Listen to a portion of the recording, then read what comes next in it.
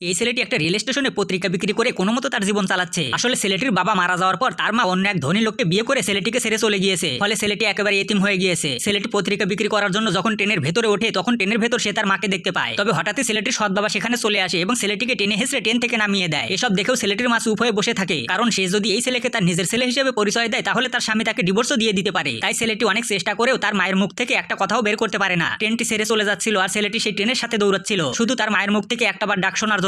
দৌড়াতে দৌড়াতে একটা সময় ছেলেটি মাটিতে আছড়ে পড়ে যায় আর ট্রেনটি প্ল্যাটফর্ম ছেড়ে চলে যায়। এরপর একটা গুন্ডা এসে ছেলেটিকে মারতে শুরু করে, কারণ ছেলেটির সৎ বাবা এই গুন্ডাটিকে ঠিক করেছিল ছেলেটিকে মারার জন্য। তবে সেখানে স্টেশনের কুলি সর্দার চলে আসে এবং সে ছেলেটিকে বাঁচানোর জন্য সেই গুন্ডাটিকে মারতে থাকে। তবে মারামারি করতে করতে হঠাৎই কুলি সর্দার ট্রেনের নিচে চাপা পড়তে যাচ্ছিল আর তখন ছেলেটি দৌড়ে গিয়ে সেই কুলি সর্দারকে ট্রেনের রেল লাইনের বাইরে নিয়ে যায়। ফলে কুলি সর্দার বেঁচে যায়। তবে আবারও যখন গুন্ডাটি কুলি সর্দারকে মারতে থাকে তখন ছেলেটি সেই গুন্ডাটির সাথে ফাইট করতে শুরু করে দেয়। এক পর্যায়ে গুন্ডাটি ছেলেটিকে প্রায় মেরেই ফেলছিল আর ঠিক তখনই ছেলেটির পোষা পাখিটা এসে গুন্ডাটিকে আচ্ছা মতো মারতে থাকে। ফলে ছেলেটি এবং কুলি সর্দার সেই পাখিটির কারণে গুন্ডাটির হাত থেকে বেঁচে যায়।